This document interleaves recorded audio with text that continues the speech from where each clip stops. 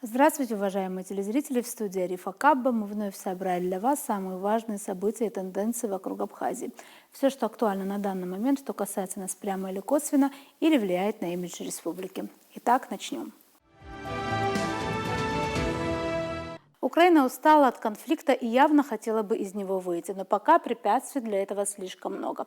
Одним из них стала попытка ВСУ обосноваться в Курской области. Вопреки ожиданиям Зеленского, Киев сделал себе только хуже, пишет в «Ле Фигаро» профессор геополитики Максим Лефевр. Июньский саммит, организованный в Швейцарии без участия России, послужил подтверждением поддержки Украины половиной государств планеты, теми, кто придерживается, так сказать, западной позиции. Вместе с тем конференция завершилась призывом к переговорам с Москвой, что открыло возможности для организации встречи сторон в ноябре, когда Большая двадцатка будет проводить саммит в Рио-де-Жанейро уже после президентских выборов в США. Владимир Путин, в свою очередь, озвучил условия для заключения мира: российский суверенитет над Крымом и 4 подконтрольными Москве областями, не вступление Украины в НАТО, отмена санкций, которые можно рассматривать как отправную точку для переговоров. Украина, похоже, открыта для дипломатии. Министр иностранных дел страны совершил визит в Пекин, который в 2023 году отправлял своего эмиссара в несколько столиц, включая Москву и Киев, для обсуждения вопросов мирного урегулирования. В июле Виктор Орбан начал председательство Будапешта в Европейском совете с мирной миссией в Москву, Киев и Пекин. Его действия раскритиковали за то, что инициатива проводилась без какого-либо мандата со стороны Евросоюза, а Венгрия не вполне согласна с европейской линией твердой поддержки Киева. Премьер-министр Индии также посетил Россию, а затем Украину. Все эти подвижки связаны с наступившей патовой ситуацией, считает эксперт, характеризующейся усталостью украинцев, а также перспективой возможного возвращения к власти в США Дональда Трампа, считает эксперт. Если предположить, что реальные переговоры все же начнутся, то на пути к соглашению о перемирии, не говоря уже о его долговечности, есть ряд очень серьезных препятствий, пишет Лефевр. В первую очередь, конечно, это территориальный вопрос, который еще больше усложняется ситуацией в Курской области. Простое прекращение огня сегодня было бы равносильно фактическому подтверждению территориальных приобретений Москвы, в отличие от ситуации 2014-2015 годов, когда поддержанное Россией восстание в Донбассе привело к подписанию Минских соглашений о реинтеграции этих республик в состав Украины. Сейчас же Россия пошла на присоединение территории и населения на юге и востоке Украины, которые она считает российскими, в дополнение к Крыму, уже вошедшему в состав Российской Федерации в 2014 году. И можно предположить, что добровольно она от этих приобретений не откажется. Украина, в свою очередь, не может отказаться от своей территориальной целостности, которая является частью фундаментальной идентичности государства. В этом вопросе пользуется поддержкой Китая, уверен эксперт, не в последнюю очередь из-за тайваньского вопроса. Если ни одна из сторон не в состоянии возобновить наступление, вопрос о территориях, скорее всего, будет снят посредством заключения соглашения о замораживании линии фронта посредством перемирия, возможно, сопровождаемого механизмом мониторинга и выработкой мер по укреплению доверия, и не приведет к прогрессу по вопросу юридического признания. В этом случае украинский кризис пополнит число других замороженных конфликтов по всему миру: Кашмир, Корея, Кипр и так далее, считает эксперт, где признание ситуации де-факто так и не привело к оформлению ситуации де-юре. Но территориальный вопрос – лишь часть проблемы. Более фундаментальное затруднение, которое уже много лет стоит на повестке дня – вопрос о гарантиях безопасности, которые могли бы быть выгодны как Украине, так и России. Гарантии образца 1994 года, Будапештский меморандум, подтверждающий территориальную целостность Украины, уже не работают, как и соглашение между Россией и НАТО 1997 года, ограничивающее развертывание западных войск в Восточной Европе. Теперь Киев ожидает обеспечения своей безопасности от НАТО и Запада, которые обещают лишь продолжать поставки оружия и заморозили процесс присоединения. Россия, если только ее не принудят к противному на поле боя, не остановит конфликт только ради того, чтобы оказаться лицом к лицу с натовскими войсками по другую сторону линии фронта. Отсюда и требования Путина о нейтралитете. Нейтралитет Украины Украины по отношению к НАТО, достигнутый путем переговоров, выглядел бы капитуляцией Запада и его отказом от всегда поддерживавшегося им права Украины выбирать, в какие союзы она хочет вступать, и не обеспечил бы реальных гарантий безопасности для Киева на будущее. Этот вопрос, защищенность России от действий НАТО, защищенность Украины от действий России, фактически является главным препятствием для прекращения боевых действий, говорит французский геополитик. Ключевым фактором, уверен также Максим Лефевр, являются президентские выборы в США. Камала Харрис следует примеру Джо Байдена в вопросе поддержки Украины, но даже если Дональд Трамп будет избран, нет никаких гарантий, что он принудит Киев к капитуляции. Даже если думать в логике транзакционной дипломатии, какой смысл Соединенным Штатам делать подарок своим противникам России и Китаю, который к тому же в этом сценарии еще и усилится. За свой первый срок Трамп не нормализовал отношения с Россией и не помирился с Северной Кореей, однако ужесточил политику США в отношении Китая и Ирана, отмечает далее эксперт, что несмотря на эти препятствия, уже не слишком рано начинать думать о завершении конфликта и готовиться к этому. Первым шагом может стать создание формата переговоров, который гарантировал бы участие европейцев и Франции. Это может быть, например, формат, использованный на ядерных переговорах с Ираном, объединяющий 5 постоянных членов Совета Безопасности и Германию, или, иначе говоря, 3 крупные европейские державы с США, Китаем и Россией, с добавлением верховного представителя Европейского Союза и, конечно, Украины. Индия, уверен Лефевр, могла бы сыграть роль голоса глобального юга. Создание такого глобального формата, включающего в себя 7 крупнейших экономических и военных держав мира и всю большую двадцатку, могло бы оказаться полезным в гораздо более широкой перспективе. В любом случае, начало переговоров по Украине не означало бы отказа от недавнего противостояния, которое пока еще далеко от завершения, уверен эксперт. К другим новостям. Основатель и почетный председатель правящей партии «Грузинская мечта» Бидзина Иванишвили, выступая на предвыборной встрече в Горе, заявил, что необходимо, цитата, «найти в себе силы и принести извинения за то, что национальное движение в 2008 году окутало в пламени огня осетинских сестер и братьев».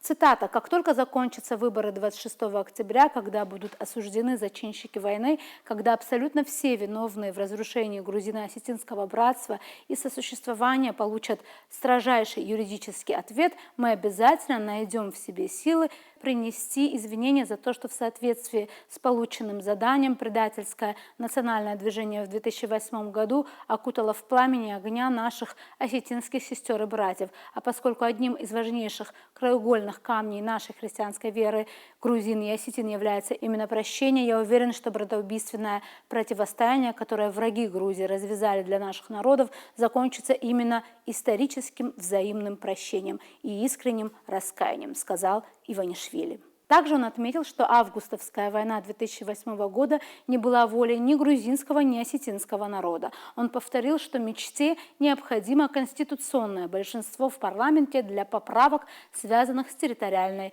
целостностью. Он также упомянул корректную позицию по отношению к России. 12 лет назад, выступая перед вами, я подчеркивала, что евроинтеграция – это наш стратегический выбор. Однако мы не могли выбирать соседей, поэтому параллельно евроинтеграции мы должны были занять принципиальную, но корректную позицию по отношению к России. Также Иванишвили отметил, что мечте удалось вернуть грузинскую продукцию на российский рынок, а заодно и завоевать новые рынки. Конец цитаты. Стоит ли говорить, что это заявление Иванишвили вызвало бурную реакцию везде от самой Грузии до Южной Осетии и России? Юго-осетинская партия «За справедливость» в своем заявлении, в частности, отметила, слишком много осетинской крови было пролито идеологией грузинского национализма, чтобы просто обойтись извинениями. Грузинской стороне необходимо признать геноцидный характер политики грузинского государства в отношении народа Южной Осетии, а также независимость Республики Южная Осетия. Конец цитаты. Председатель партии «Единая Осетия» Ацамаз Бибилов отметил, что грузинские власти не предпринимают действий по ключевым вопросам безопасности в регионе и не занимаются делимитацией границы с Южной Осетией. Грузия должна признать геноцид Осетин и независимость Южной Осетии, чтобы говорить об искренности своих заявлений. Он также отметил, что в предвыборный период подобные заявления часто звучат, но реальных действий со стороны Грузии нет. Отметим, что ранее Иванишвили обвинял в начале войны 2008 года партию глобальной войны и экс-президента Михаила Саакашвили. В самой Грузии оппозиционные партии считают подобные заявления позором. В частности, об этом заявило Единое национальное движение, что понятно, партия основана экс-президентом Грузии Саакашвили. Представители движения даже требуют личных извинений от Иванишвили. Цитата: «Он и грузинская мечта должны извиниться перед грузинским народом за предательское заявление, а также за то, что за 12 лет люди стали беднее, страна опустела, рождаемость находится на историческом минимуме, а Грузия попала в международную изоляцию», сказано в заявлении. Лидер партии Лело Хазарадзе отметил, что Иванишвили должен извиниться якобы перед героями Грузии, сражавшимися против России. Конец цитаты. В свою очередь, спикер грузинского парламента Папуашвили назвал спекуляцией комментарии оппозиции на заявление почетного председателя грузинской мечты Бидзины Иванишвили о необходимости извиниться перед осетинами за события 2008 года. Папуашвили заявил, что оппозиция просто пытается прикрываться именами героев, которые героически воевали в 2008 году. По его словам, грузинская мечта ответит правосудием военным преступникам. Обо всех этих темах подробнее мы поговорили с политологом Бесланом Хагбо. Предлагаем вам интервью с ним. Здравствуйте, Беслан Алексеевич. Недавно, я уже рассказывала телезрителям, во французской «Ле Фигаро» появилась большая аналитическая статья профессора политологии французского, который говорит о том, что, точнее, профессора геополитики, немножко другое, который говорит о том, что, на его взгляд, Украина устала от конфликта и не прочь бы из него выйти, дойти хотя бы до каких-то переговоров, но, с другой стороны, он называет это тупиком. Как вы вообще это оценили бы, охарактеризовали бы?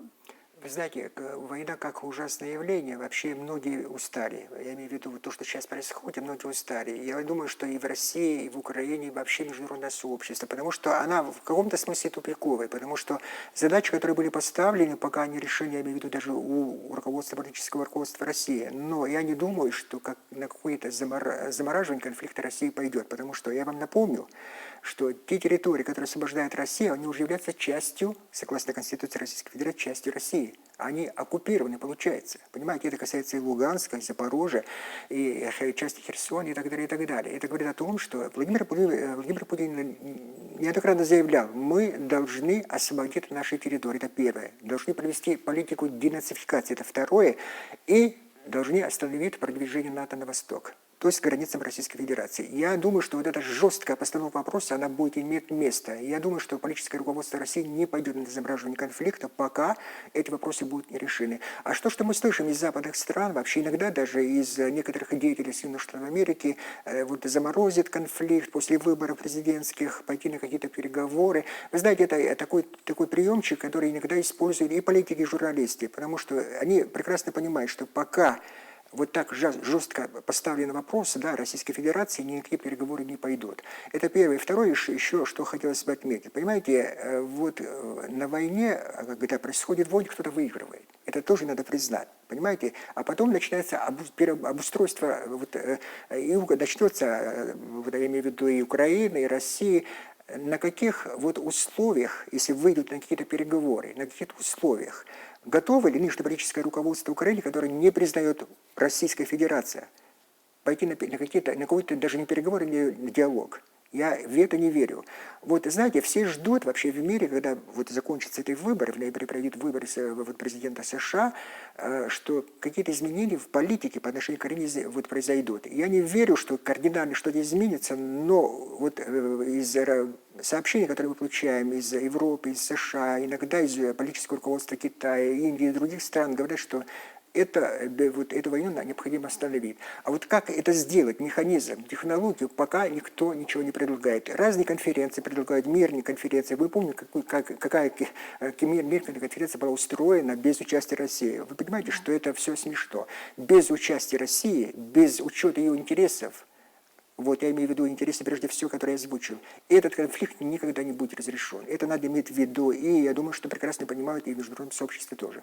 Ну, он, мне кажется, как раз не противоречил этому, не говорил о том, что это будет без участия России. Более того, он говорил о необходимом. Он говорил о том, что переговоры невозможны в данном случае, потому что как раз-таки и Россия, и Украина на противоположных позициях, и никто, на его взгляд, вот его главный постулат, что Украина тоже не готова сдавать вот эти позиции, которые, то есть, которые важны для России, и что это будет замороженный конфликт, каких много в мире надолго. Вы знаете, есть замороженные конфликты огромное количество в мире. Это не значит, что эти конфликты были вот так оставлены. Понимаете, одно дело, когда некоторые страны вовлечены в конфликт, и эти конфликты заморожены. Другое дело, когда великая страна непосредственно не касается этого конфликта, и вот так отложить этот конфликт, это редко когда получается в мире, вообще в истории, политической истории.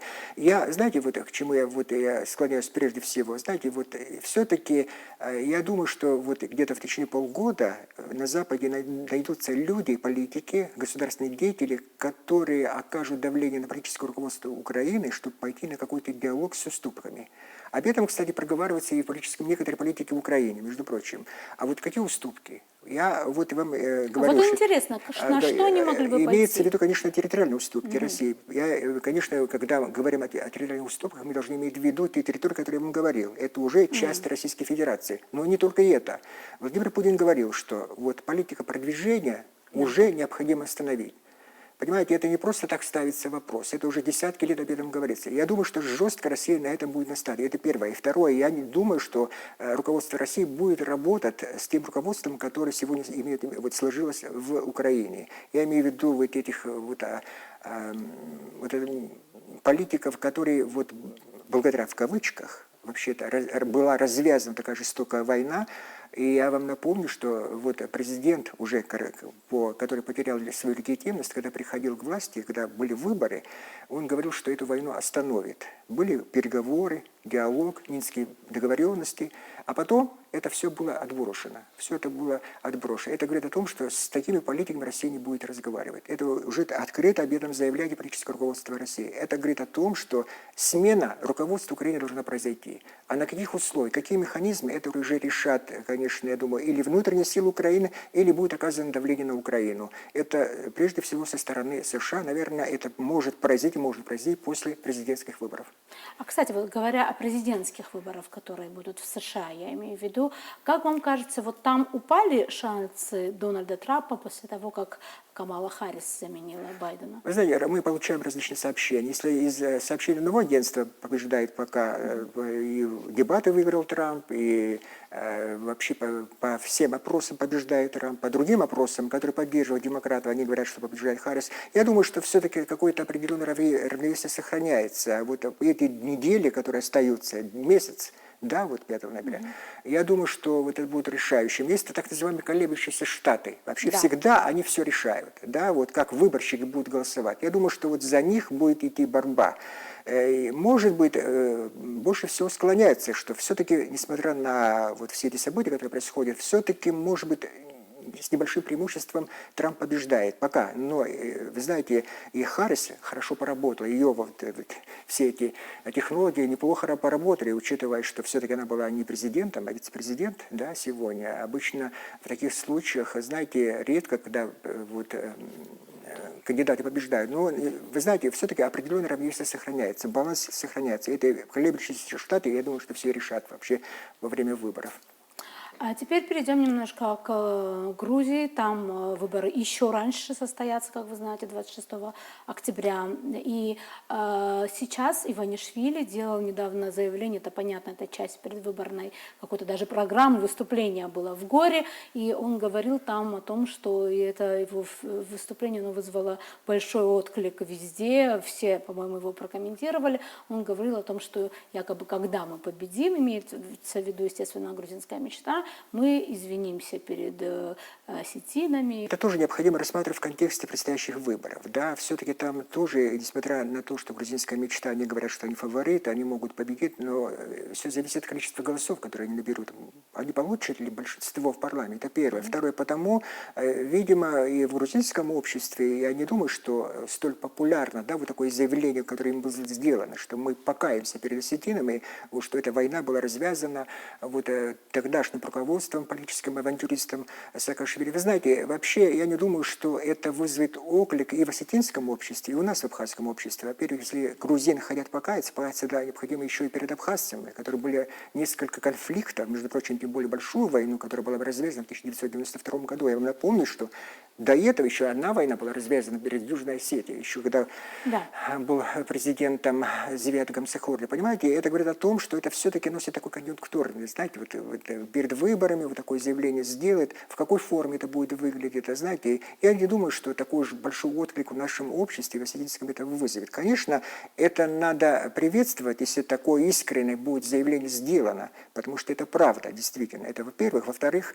я думаю, что какие-то последствия будут иметь в плане вот взаимоотношений между Абхазией, Южной Грузией, и Южной Осетией и Грузией. В плане, который вот уже сложилась, это политическая реальность, которая сложилась после 2008 года. Если они хотят, вот, знаете, покаяться, потом необходимо еще сделать следующий шаг, во-первых, вот закон, который они приняли об оккупации, необходимо отменить. И, конечно, принять, самое главное, реальность, которая сложилась после этих войн, которые имели место и у нас в Абхазии, и в Южной Осетии. То есть реальность какая? Они признаны, и Абхазия, и Южная Осетия, как суверенные страны. Я думаю, что вот если вот такие шаги будут сделаны, у нас в Абхазии и в Южной Осетии поймут, и могут быть начаться какой-то диалог, может начаться. Я в это не верю, но что вот Бедзин Иванишвили заявит, что он перед Осетией покается, и это вызовет такой всплеск одобрения той политики, которую проводит политическое руководство Грузии, по отношению к Абхазии и Южной Осетии, я не верю. Ну, в принципе, в это мало кто верит. Схенвали то же самое пишет, что это расходится с реальными делами, и что это всего лишь такая вот попытка опорочить оппонентов перед выборами. Хотя тоже опорочили они или вообще как тут все сложится, тоже непонятно по голосам. Но у меня другой вопрос. Я недавно читала одного эксперта по Кавказу, который говорил о том, что на самом деле в Грузии не существует неевропейского выбора. То есть даже там есть, он говорит, что грузинская мечта – это тоже люди, которые декларируют связь с Европой и свой скажем так, европейские устремления геополитические, но они более умеренные и более радикальные оппоненты. Вот как вам кажется, потому что иногда существует мнение, вот как будто бы все поменялось, и они отреклись от Европы, простите. Вы знаете, необходимо определить одновременно следующее. Нынешнее политическое руководство, грузинская мечта постоянно заявляет, что европейский путь, она будет продолжена. Путь стать членом НАТО, она будет продолжена. Это первое. Второе. Что касается, что политика по отношению к России изменилась, она стала более доброжелательной, это имеется в виду, конечно, после тех событий, которые произошли между Украиной и Российской Федерацией. И здесь надо признать, что такая ответственная политика политическим руководством Грузии была проведена. Но это не значит, что политика в Грузии, даже после победы грузинской мечты, она изменится. Все руководители грузинской мечты говорят, что европейский путь – это всегда путь Грузии. Она европейская страна, они так говорят. Мы должны быть в составе НАТО, Европейском Союзе и так далее, и так далее. Это первое. Второе. Знаете, если хотят изменить отношения, чтобы изменились отношения между Россией и Грузией, необходимо отменить и законы, о которых я говорил. То есть по закону, как они говорят, что Россия оккупирует наши территории. Имеется в виду Абхазию и Южную Осетию. Это первое. Второе. Необходимо установить даже дипломатические отношения. И этого нет.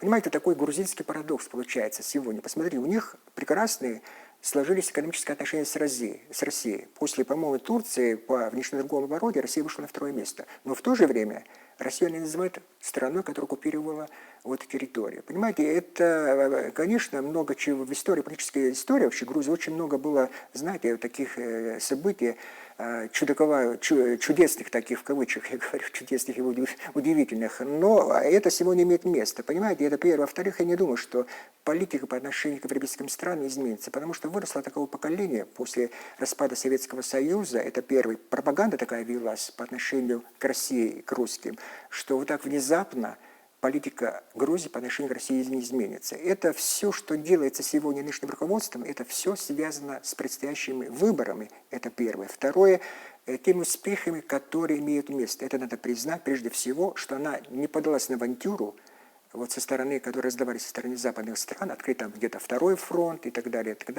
отменить закон. Здесь, понимаете, надо признать, Грузия вот проявила свой суверенитет. Насколько это будет продолжено по отношению к России, покажет время. На этом у нас сегодня все. Будем продолжать держать руку на пульсе событий. До новых встреч в эфире.